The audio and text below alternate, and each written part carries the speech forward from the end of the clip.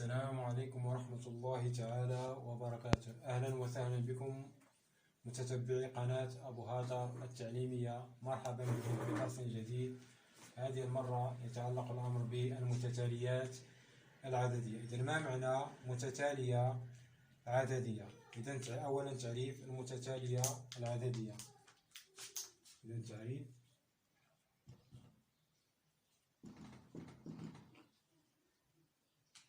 المتتالية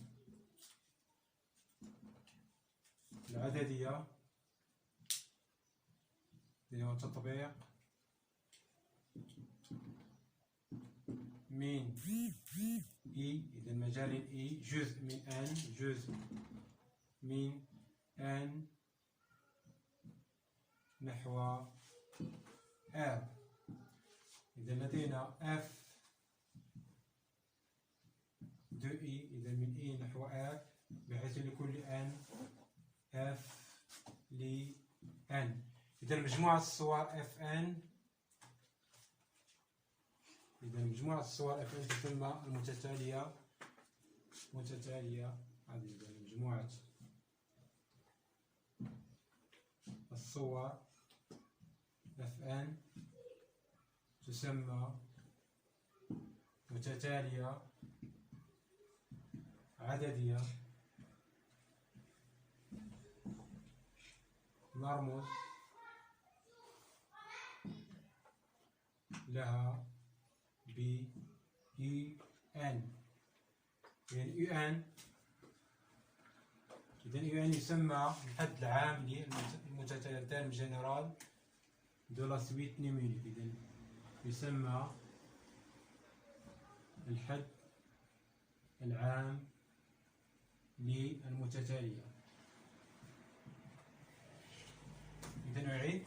إذا قلنا المتتالية تعرفها هو متتالية تطبيق من إي، إذا إي جزء من أن، دونك إي أبارتون أن نحو آر. إذا اف من إي نحو آر، بحيث أن هي الصور وهي اف ان. إذا مجموعة الصور اف ان تسمى متتالية عددية. نرمز لها ب يو ان يسمى الحد العام للمتتالية. إذا مثال للمتتالية عندنا 1 على ان، مثلا اي ان تساوي 1 على ان، بحيث كيف سواء ان يخالف الصفر، لأن ان ينتمي إلى ان إطوار.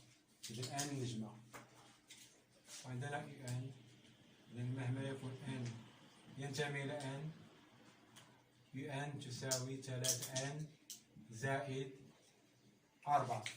إذا بعد هذا سنتطرق إلى أنواع المتتاليات. إذا أنواع المتتاليات، أنواع المتتاليات.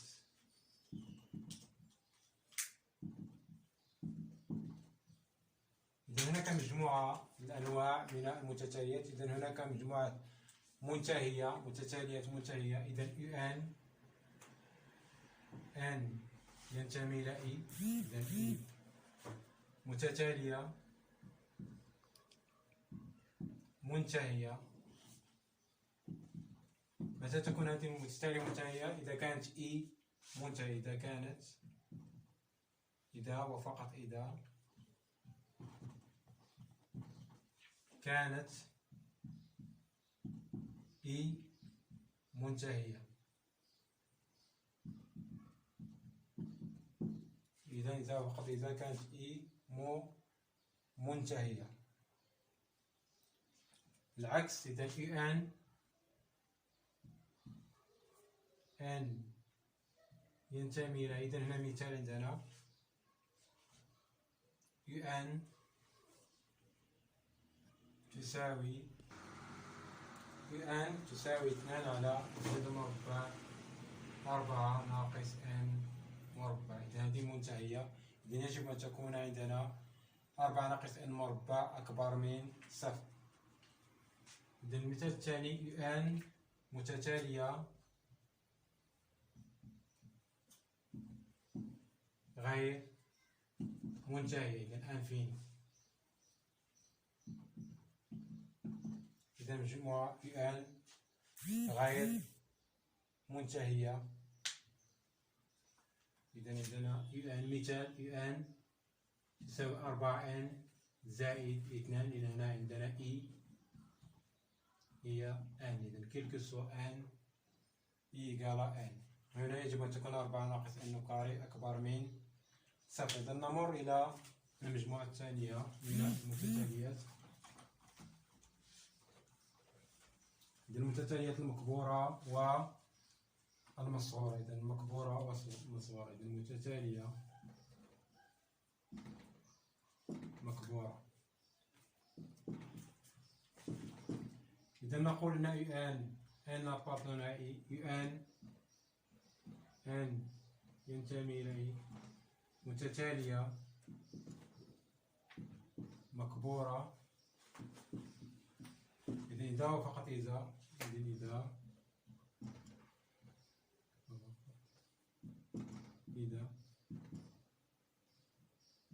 كان إذا يوجد M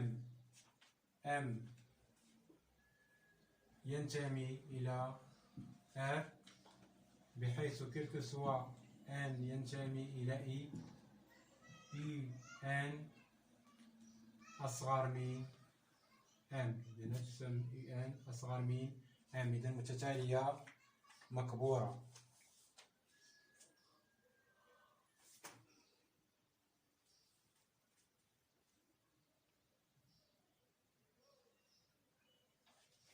إذا عكسها متتالية مصغورة. إذا متتالية مصغورة. إذا متى نقول إنها متتالية مصغورة؟ إذا UN مصغورة. إذا وفقط إذا كان إذا M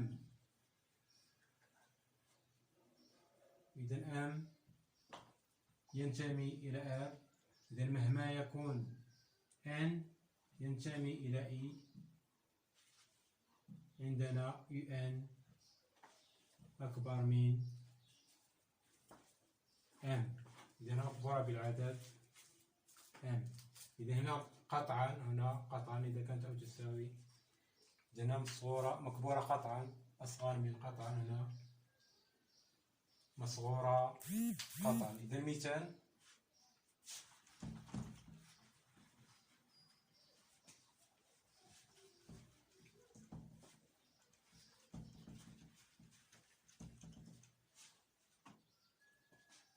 إذا كلك سوا N ينتمي إلى N نجمة UN تساوي 1 على N.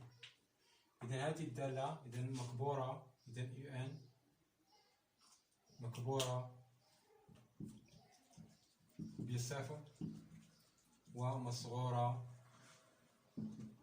بواحد. إذا UN بين الصفر. إذا ما قلنا مصغورة بواحد ومكبورة بصفر. إذا هنا أكبر من صفر وأصغر من واحد.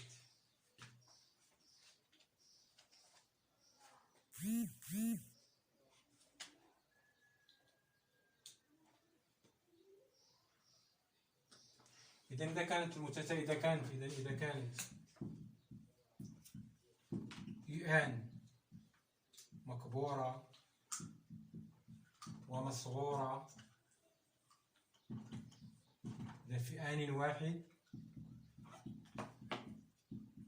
نقول إنها محدودة. إذا UN أصغر من M هنا أكبر من M صغير. لأنها تسمى متتالية محدودة.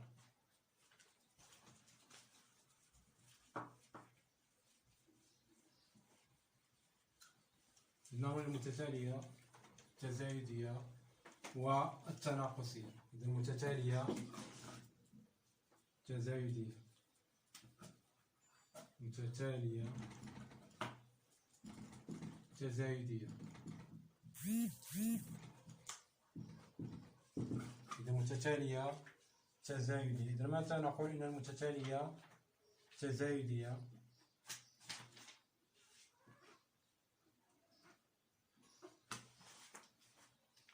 إذا نقول إن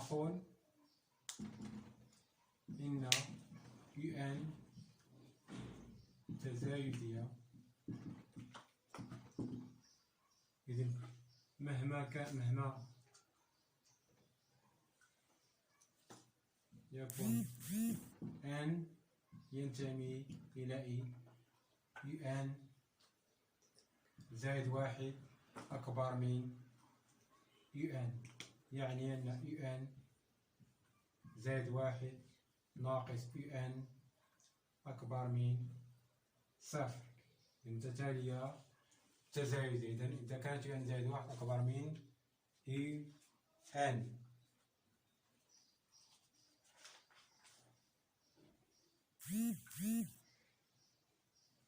إذا العكس تناقصية. إذا متتالية تناقصية، متتالية تناقصية.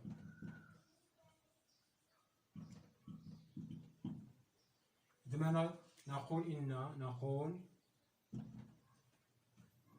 أن UN تناقصية،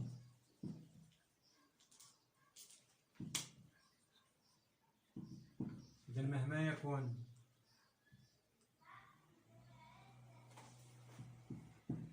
العدد N من UN زائد واحد أصغر من UN، يعني أن UN زائد واحد ناقص UN أصغر من صفر. إذا متتالية تناقصية.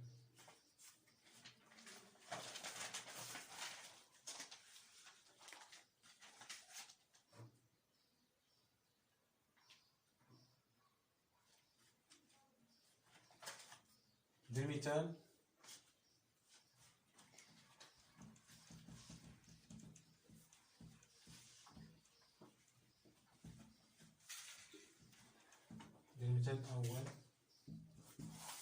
UN تساوي 5 N على N زائد 2.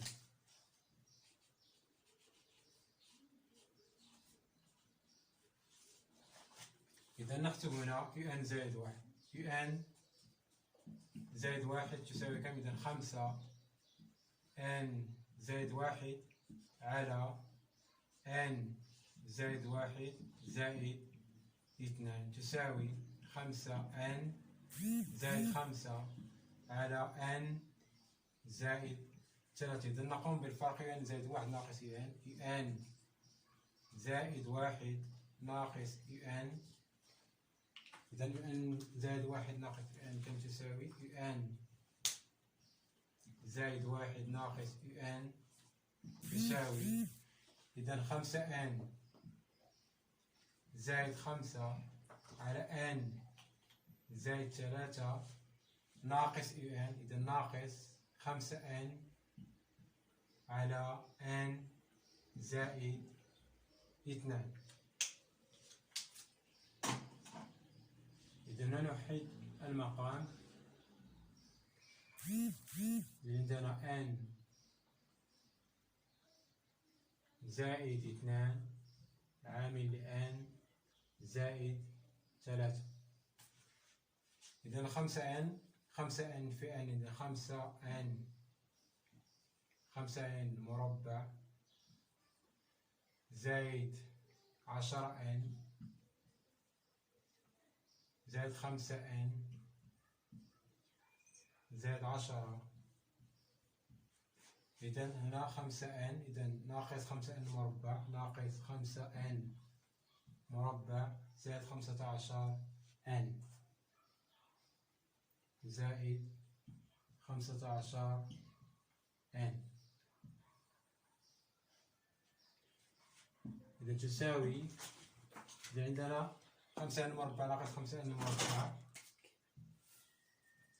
10 n زائد 5 n هي 15 n، هنا ناقص، إذا ناقص 15 n، إذا 10 n زائد 5 هي 15 n ناقص 15 n تساوي 3. إذا تبقى عندنا 10 على n زائد 2 عامل ل n زائد 3. إذا هذا العدد أكبر من 0، وبالتالي n تساوي 5 n على n زائد 2 متزايدية. إذا هنا متتالية تزايدية. إذا نمر المثال. إذا هنا متتالية تزايدية، لماذا؟ لأن n زائد 1 ناقص n أكبر من 0، وبالتالي n زائد 1 أكبر من un. بالتالي إذا un زائد 1 أكبر من un. إذا نمر إلى المثال الموالي.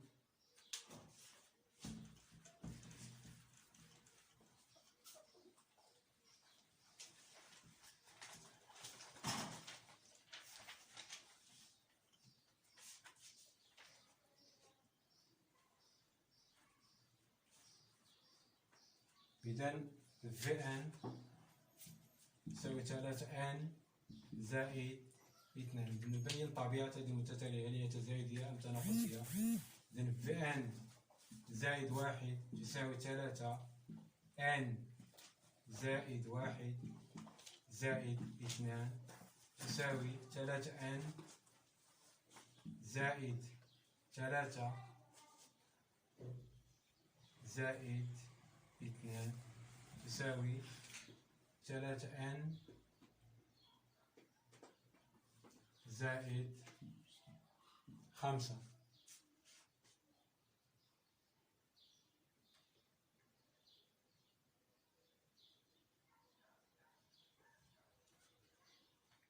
إذا Vn زائد 1 Vn زائد 1 ناقص Vn تساوي، إذا 3n زائد 5 ناقص،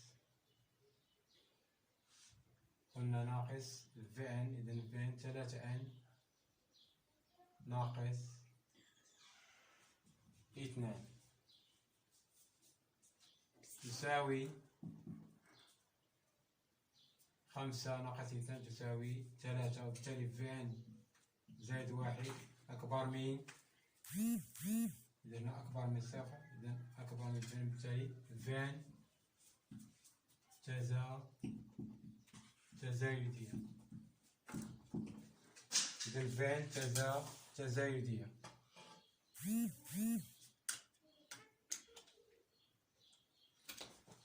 إذا مثال آخر هنا، إذا في حالة مثال ثالث،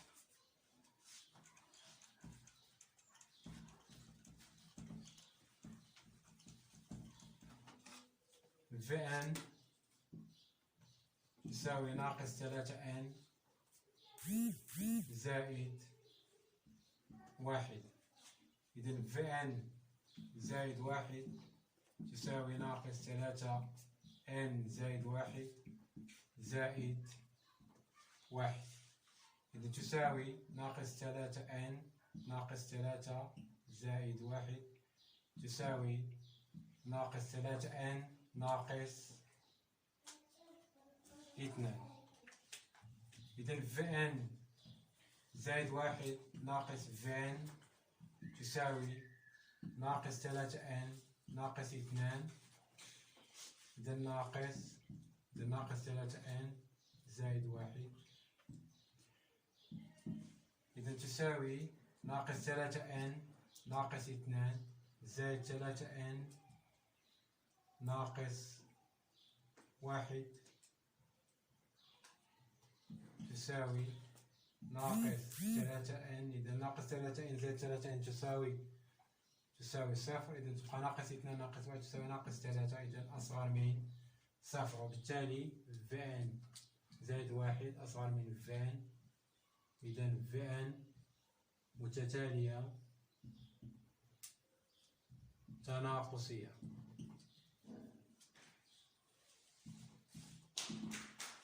إذا نمر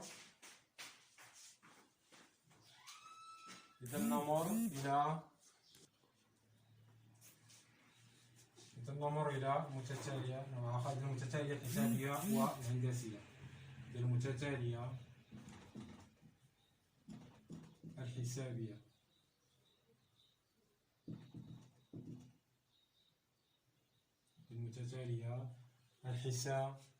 الحسابية.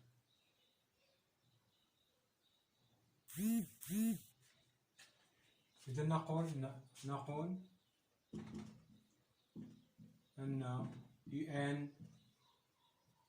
n ينتمي إلى متتالية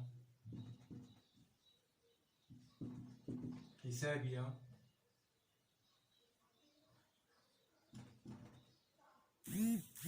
إذا وفقط إذا وجد عدد حقيقي R غير مرتبط بN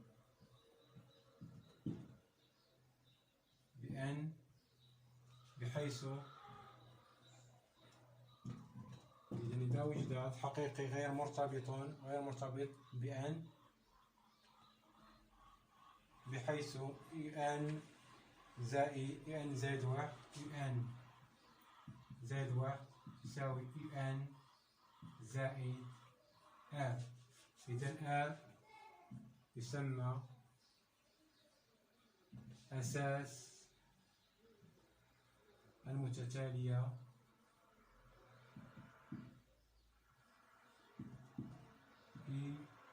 n. إذا هو أساس المتتالية. إذا n زائد واحد تساوي n زائد. إذا أردنا أن نبين أن المتتالية هندسية يكفي أن نحسب الفرق بين n زائد واحد ناقص n تساوي r الذي هو الأساس. إذا عندنا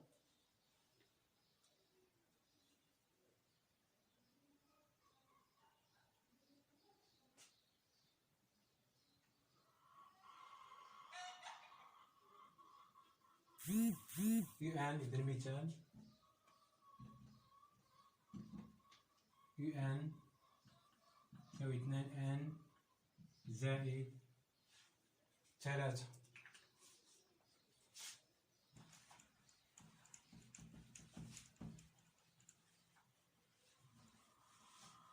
إذا أردنا أن نعرف هل هي متتالية حسابية أم لا، إذا نحسب un زائد واحد. إذا un زائد واحد تساوي 2n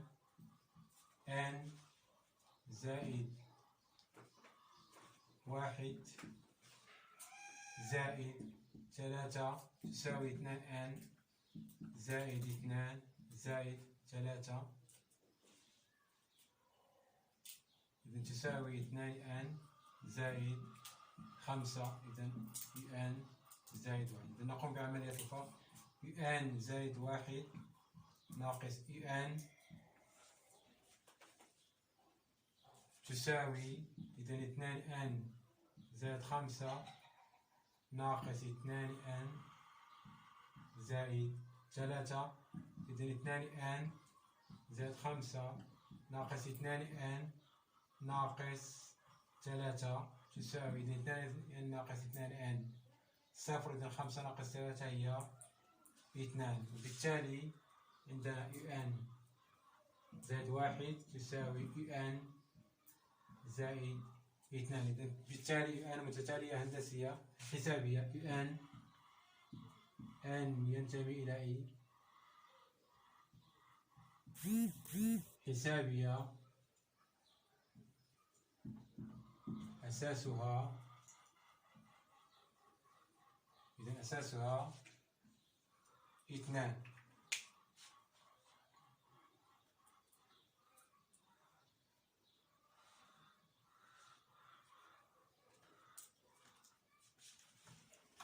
إذا الحد العام للمتتالية الحسابية. إذا الحد العام حد العام لمتتالية حسابية. إذا UN يساوي U0 يصفر زائد N R، حيث N هو عدد العوامل، أو تساوي P بصفة عامة زائد N موان P في R. هذا الحد العام لمتتالية حسابية.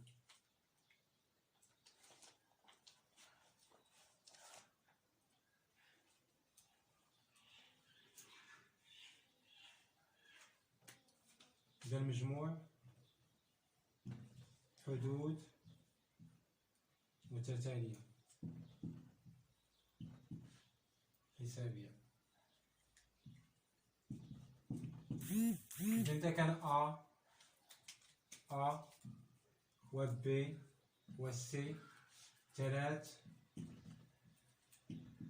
حدود متوالية لمتتالية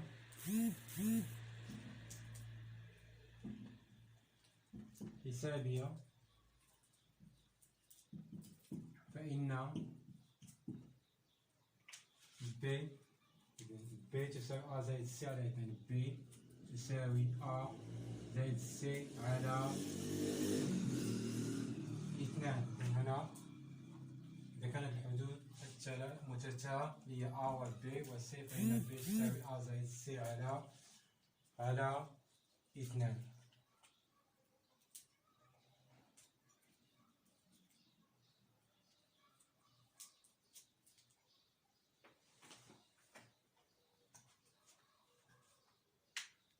مثال: هل جذر مربع جوج 2 جذر مربع 2 حدود متوالية لمتتالية هندسية؟ إذا كي نعرف ذلك يجب أن نحسب A زائد C الحد الأول زائد الحد الثالث. إذا جذر مربع 2 زائد 2 جذر مربع 2 على 2 كم تساوي؟ إذا تساوي 3 جذر مربع 2 على 2. هل تساوي 2؟ إذا تخالف 2. إذا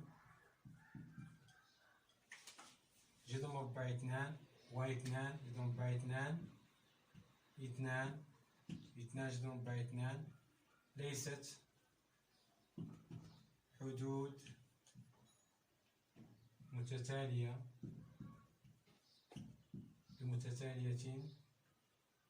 ليست حدود متوالية لمتتالية حسابية.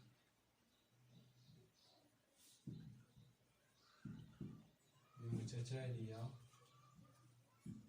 حسابية.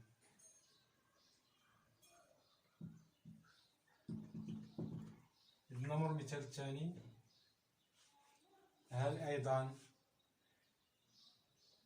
5 و4 و13 هي حدود متوالية؟ إذا المثال الثاني 5 9 13. إذا هل هذه الحدود تشكل الحدود الأولى لمتتالية هندسية؟ إذا نحسب 5 زائد 3، إذا 5 لدينا 5 زائد 3 13 على 2 تساوي 18 على 2 تساوي 9. وبالتالي إذا 5 9 13 5 9 13 حدود متتالية حدود متوالية لمتتالية حسابية. إذا أردنا أن نحسب ما هو أساسها، إذا نبدأ 9 ناقص 5 تساوي 4، 13 ناقص 9 تساوي 4. إذا أساسها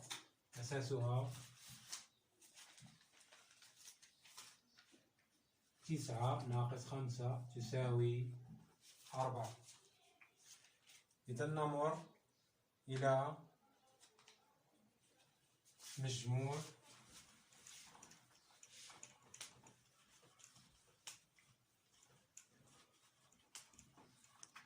عندنا المجموع SN تساوي E0 زائد EN ناقص 1.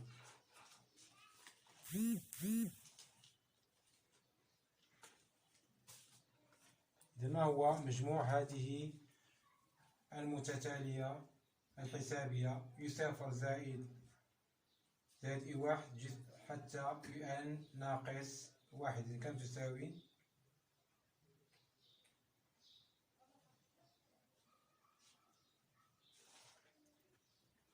إذا يساوي الحد الأول. إذا هنا عدد الحدود عندنا كم عندنا من حد هنا هو N. الحد الأول E0 زائد الحد الأخير على E2 هذه. إذا المجموع هو عدد الحدود الحد الأول زائد الحد الأخير ناقص 1 مقسوم على 2.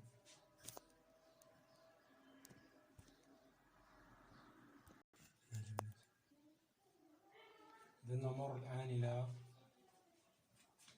تمرين يتعلق بالمتتاليات الحسابية.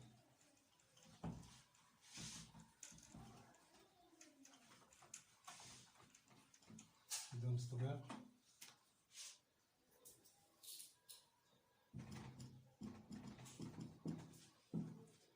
نكتب تطبيق.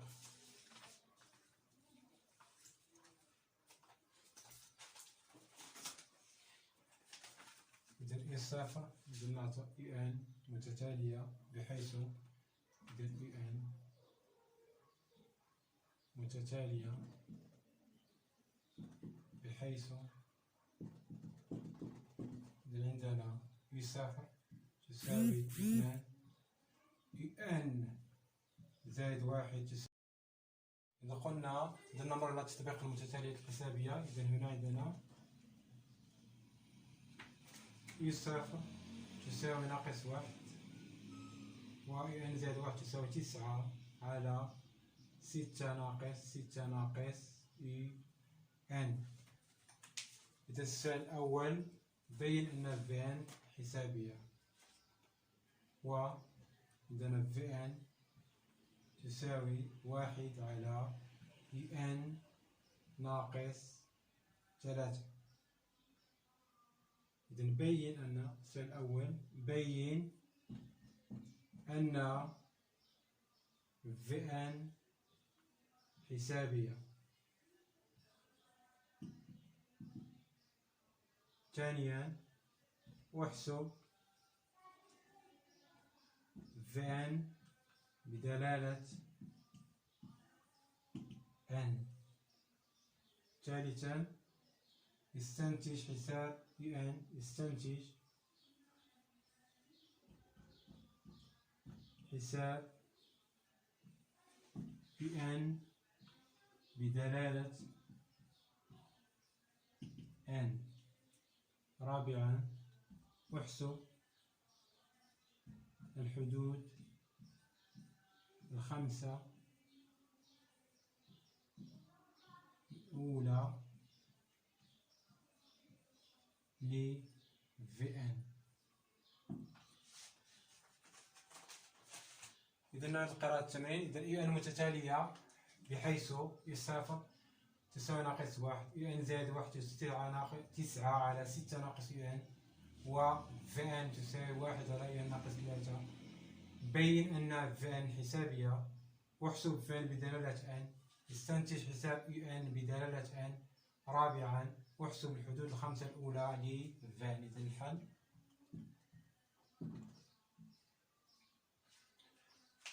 إذا لكي نبين بأن VN حسابية نحسب VN زائد 1 ثم نقوم بالفرق. إذا VN زائد 1 إذا لدينا VN تساوي 1 على EN ناقص 3، لأن VN زائد 1 تساوي 1 على EN زائد 1 ناقص 3 تساوي عندنا 1 على عندنا EN زائد 1 كم تساوي؟ إذا EN زائد 1 تساوي 9 على 6 ناقص EN إذا 9 على 6 ناقص ان ناقص 3 تساوي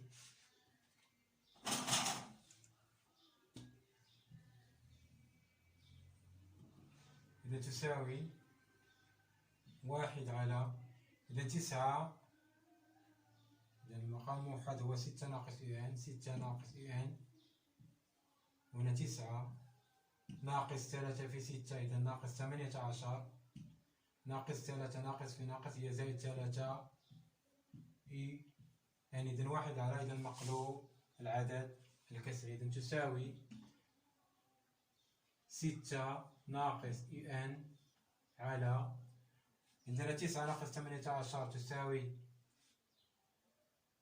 ناقص 9 زائد 3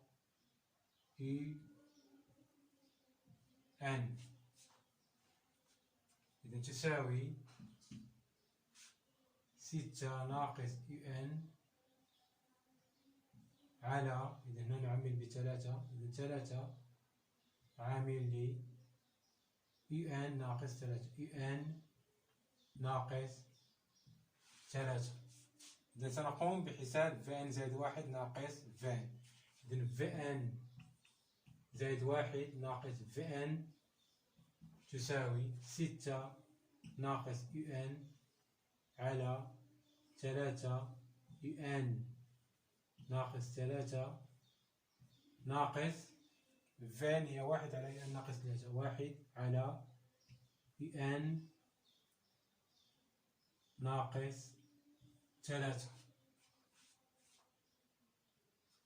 إذن هنا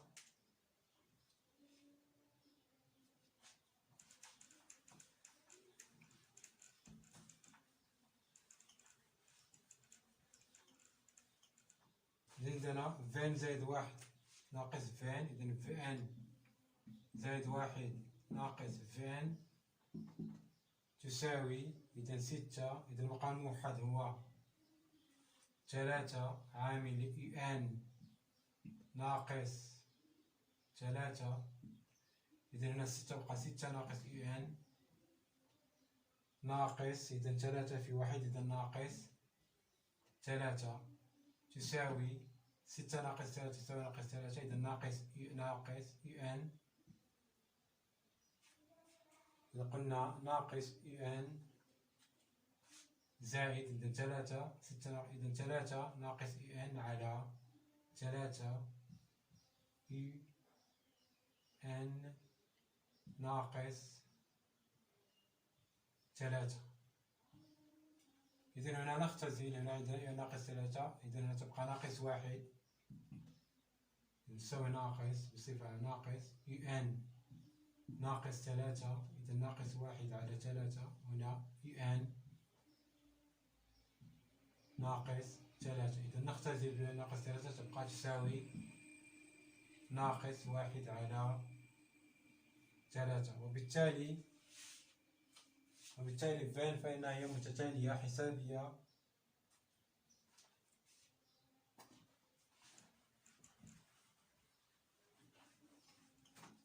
إذا فان حسابية أساسها إذا أساسها r تساوي ناقص 1 على 3 r تساوي ناقص 1 على 3. إذا هنا حسبنا فان زائد 1 ناقص فان تساوي r. إذا هنا عندنا r تساوي ناقص 1 على 3. إذا نمر إلى السؤال الثاني. احسب فان بدلالة n.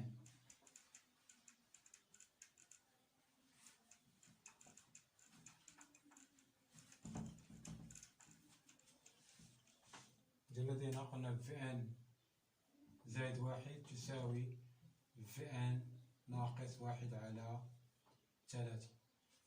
إذا السؤال الثاني احسب فان بدلالة n. إذا فان متتالية حسابية. إذا بالتالي فان قلنا شكلها العامية في صفر زائد n في r. إذا هنا عندنا r تساوي ناقص 1/3، إذا يجب أن نحسبها في صفر. إذا عندنا في صفر تساوي 1/u0 ناقص 3 تساوي 1/-1 ناقص 3 تساوي ناقص 1/4. وبالتالي فان تساوي في صفر هي ناقص 1/4 زائد n تساوي ناقص 1/3. إذا عندنا r ناقص في n، إذا تساوي ناقص 1/4 زائد 1/3 n. إذا هنا هي في n. إذا بدلالة n نمر إلى السؤال الموالي. إذا نستنتج حساب n بدلالة n. عندنا في n تساوي ناقص إذا 1/4 زائد 1/3 n.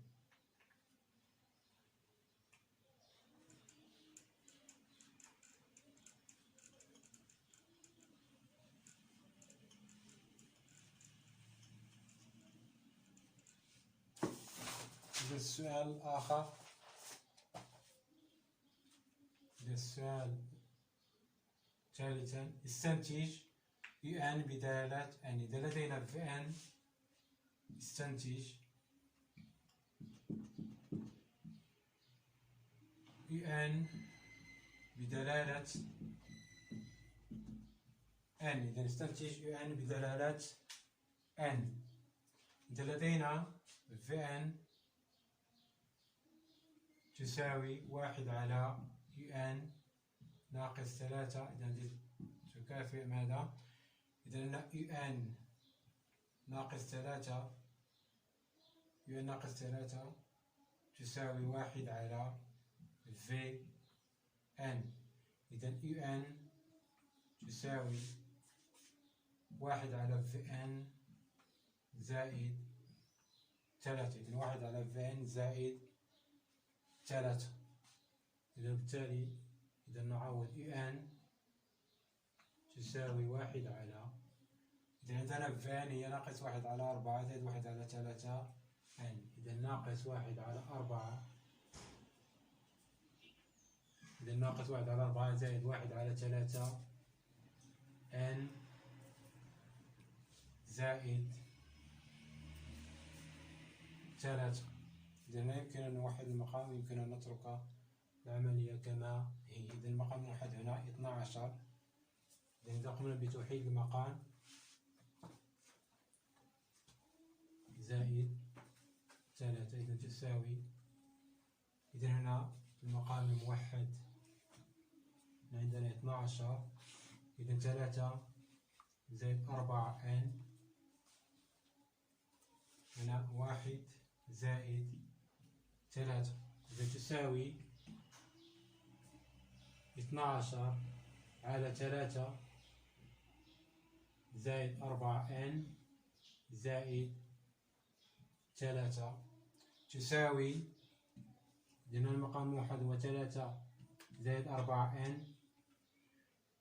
إذا 12 زائد، إذا 3 في 3 9، 4n في 3 إذا زائد 12n.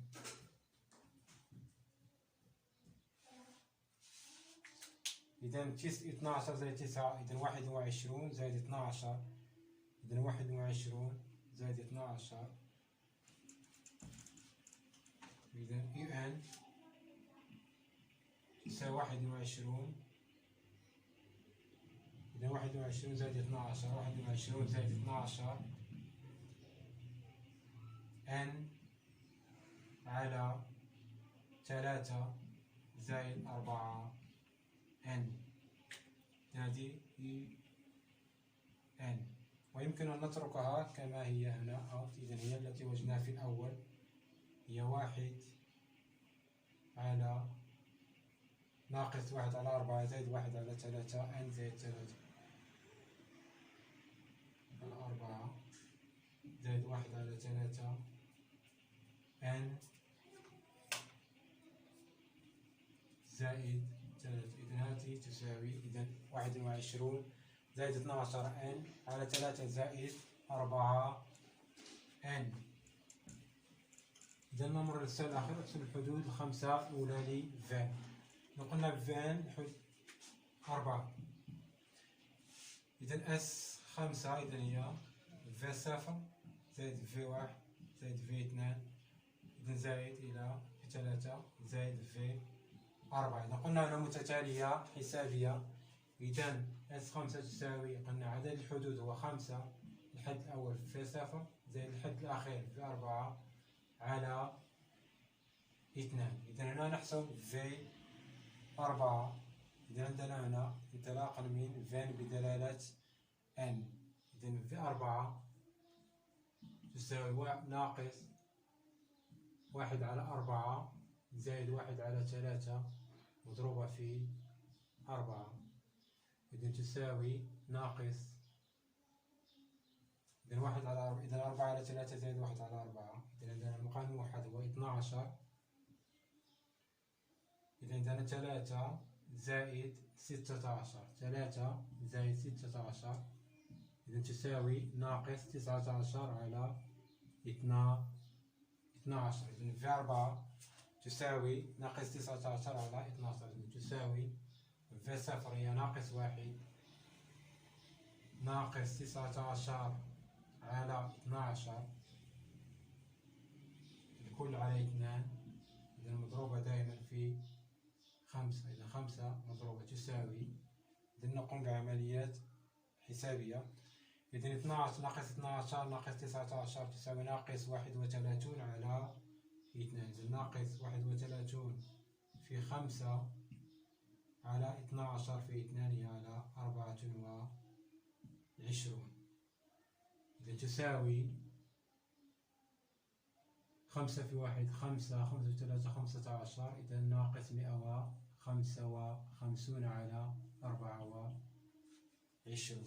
إذا أس 5 هو ناقص 155 على 100 على 24.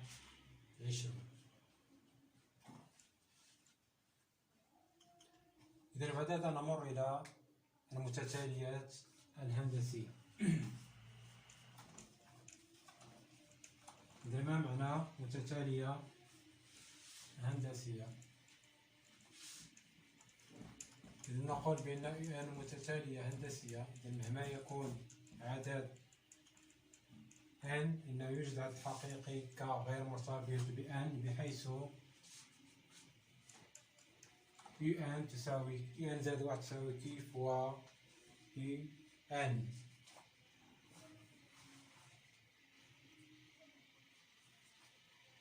إذا المتتالية الهندسية. إذا نقول أن n ينتمي إلى هندسية إذا وفقت وجد عدد حقيقي ك غير مرتبط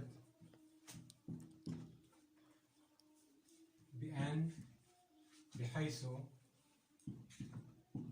إذا n زائد 1 يساوي كي n.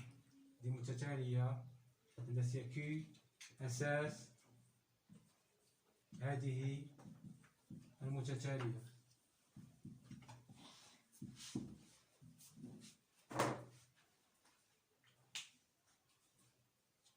إذا نقوم الحد العام لمتتالية هندسية. إذا كيف نحسب الحد العام لمتتالية هندسية؟ إذا سبق أن رأينا المتتالية الحسابية بأن قلنا ان تساوي بي زائد ان موان بي فوا إذا بالنسبة للمتتالية الهندسية ان إذا الحد العام المتتالية هندسية، إذا ان كما تساوي اي بي كي أس ان موان بي. إذا اي بي فوا كي أس ان موان بي. هذا الحد العام. إذا كانت A و B و C ثلاث حدود متوالية لمتتالية هندسية، إذا المتتالية هندسية فإن إذا B مربع تساوي A، B مربع تساوي A سي على عكس المتتالية الحسابية، وجدنا بأن B تساوي A زائد C على 2.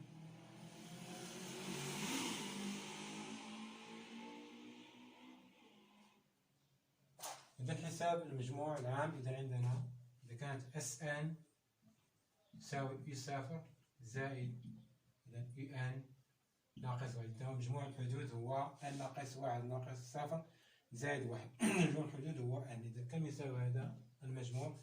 إذا قلنا هو دائما رأينا في المتتالية الحسابية بأن المجموع هو مجموع الحدود الحد الأول زائد الحد الأخير على 2. إذا بالنسبة للمتتالية الهندسية فهو الحد الأول، إذا الحد الأول 1 ناقص الأساس أس n يعني عدد الحدود على 1 ناقص كي. إذا هنا n هو عدد الحدود، هنا الأساس. إذا عندنا يساوي 1 ناقص كي أس n على 1 ناقص كي. إذا يجب أن ننتبه دائما إلى عدد الحدود. مثلا إذا كانت أس n تبدأ من 0 وتنتهي ب n، إذا عدد الحدود هو n زائد 1.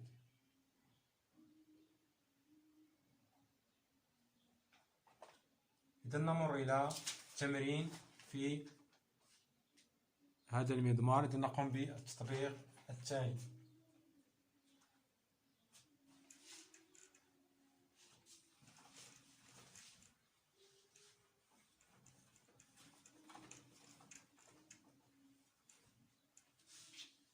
عندنا تطبيق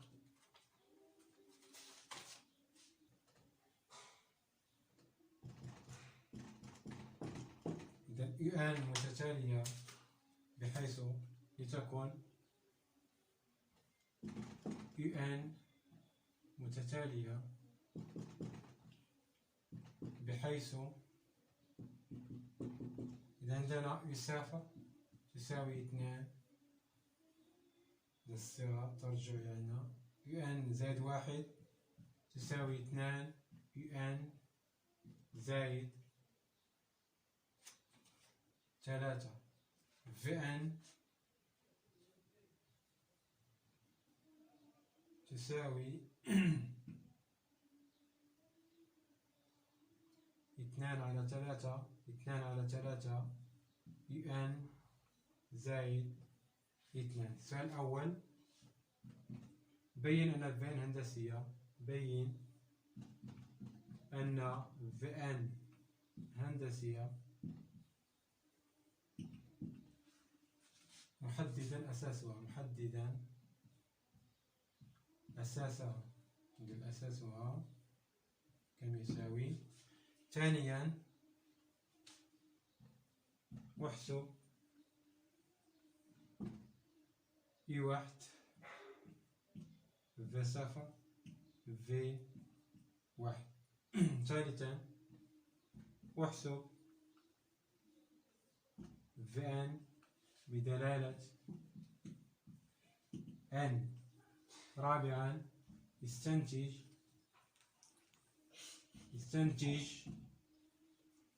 UN بدلالة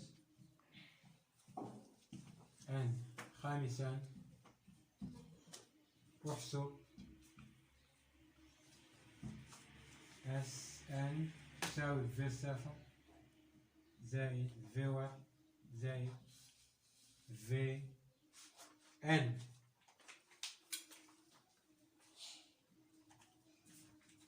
إذا نعيد القراءة. إذا التطبيق هنا لتكن ان متتالية بحيث صفر تساوي 2 ان زائد 1 تساوي 2 ان زائد 3 فان تساوي 2 على 3 ان زائد 2. بين بأن الفان هندسي محددا أساسها. واحسب إصافة واحد في صفر في واحد. احسب فان بدلالة ان. فان بدلالة ان يستنتج ان بدلالة ان. واحسب في المجموع في صفر زائد في واحد إلى في ان. إذا هنا الحل. إذا عندنا بين أن فان هندسية محددا أساسها. إذا فان نحسب فان زائد واحد. إذا فان زائد واحد تساوي إذا فان زائد واحد تساوي 3 على 2 على 3 ان زائد واحد زائد 2. إذا تساوي 2 على 3 ان زائد واحد تساوي إذا 2 ان زائد 3. إذا دائما زائد 2. إذا 2 في 2 هي 4 ان على 3. 2 على 3 في 3 هي زائد 2 زائد 2 تساوي هنا نعمل. إذا 2 زائد 2 4 نعمل ب 2 تساوي إذا 2 على 3 ان زائد 2. إذا تساوي 2. إذا 2 على 3 ان زائد 2 تساوي فان. إذا 2 فان. إذا فان زائد واحد تساوي 2 فان. إذا فان هندسية أساسها ك تساوي 2. إذا فان هندسية أساسها ك تساوي 2. إذا عندنا فان زائد واحد. فان زائد واحد تساوي 2 في ان. إذا كيف هو فان. نمر إلى السؤال الثاني. السؤال الثاني احسب اي واحد. إذا 2 اي واحد. إذا عندنا اي واحد نعوض في المتتالية هي 2 في صفر زائد 3. لأن هنا عندنا ان تساوي صفر. هنا اي واحد تساوي 2 اي صفر زائد 3 تساوي 2 في 2 4 زائد 3 هي 7. إذا في واحد في صفر أولا. إذا في صفر تساوي 2 على 3 في صفر زائد 2. تساوي 2 على 3 في 2 4 على 3 زائد 2 تساوي 3 في 2 6 زائد 4 هي 10 على 3. إذا نحسب في واحد. إذا بعد الطلاقة من هنا. إذا في واحد تساوي 2 في صفر تساوي 20 على 3. إذا احسب فان بدلالات ان. إذا ثالثا احسب فان بدلالات ان. إذا فان متتالية هندسية. إذا فان متتالية هندسية. إذا تساوي عندنا في صفر كي أس ان ناقص صفر. إذا عندنا في صفر هي 10 على 3 مضروبة في 2 أس ان. إذا عندنا 2 أس ان. هنا كي أس ان. إذا كي هي 2. إذا هي 10 على 3 في 2 أس ان. إذا هنا في ان. إذا في ان تساوي 10 على 3 مضروبة في 2 أس ان. إذا نمر إلى إذا هنا ممكن عندنا هنا 10 هي 2 في 5. إذا 2 في 5 ممكن نحسبها هي 2 إذا 5 في 2، 5 في 2 أس n زائد 1 على 3. إذا هنا 5 في 2 أس n زائد 1 على 3. إذا نمر إلى السؤال الموالي. استنتج n بدلالة n. استنتج n بدلالة n. إذا عندنا n Vn تساوي، إذا السؤال 4، Vn تساوي 2 على 3 un زائد 2.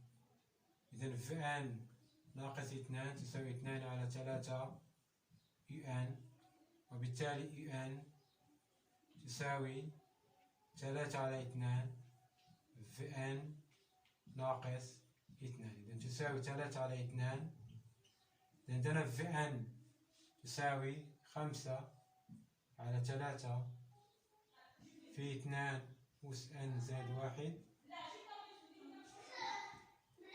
ناقص، عندنا ناقص 2. إذا هنا ممكن أن نختزل ب 2 تساوي، إذا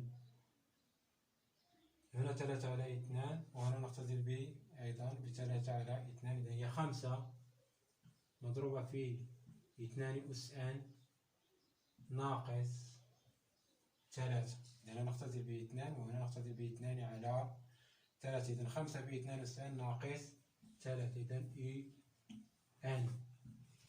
إذا نمر إلى السؤال الأخير وهو احسب اس n. إذا عندنا un تساوي 5 مضروبة في 2 أس n ناقص 3. إذا نمر السؤال الخامس. اس n تساوي في صفر زائد، إذا في n. إذا هنا عدد الحدود هو n زائد 1.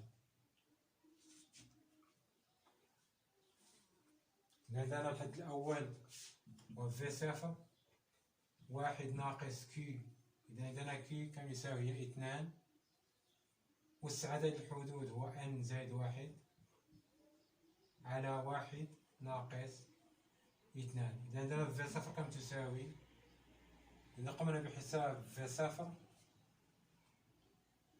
إذا في صفر تساوي، إذا وجدناها، إذا في صفر تساوي 2 على 3 في صفر زائد 2. إذا هي 2 على 3 بإذن الله هي 4 على 3 زائد 2 تساوي 10 على 3. إذا في صفر هي 10 على 3. إذا 10 على 3، إذا عندنا 1 ناقص 2 تساوي ناقص 1. إذا ناقص 1. إذا هنا تصبح 2 اس n زائد 1 ناقص 1. إذا هنا نغير الإشارة لأنها سالبة. إذا 10 على 3 2 أس n زائد 1 ناقص 1. إذا إخواني أخواتي، نشكركم على حسن تتبعكم، على أمل اللقاء بكم في حصة جديدة إن شاء الله مع درس آخر. والسلام عليكم ورحمة الله تعالى وبركاته.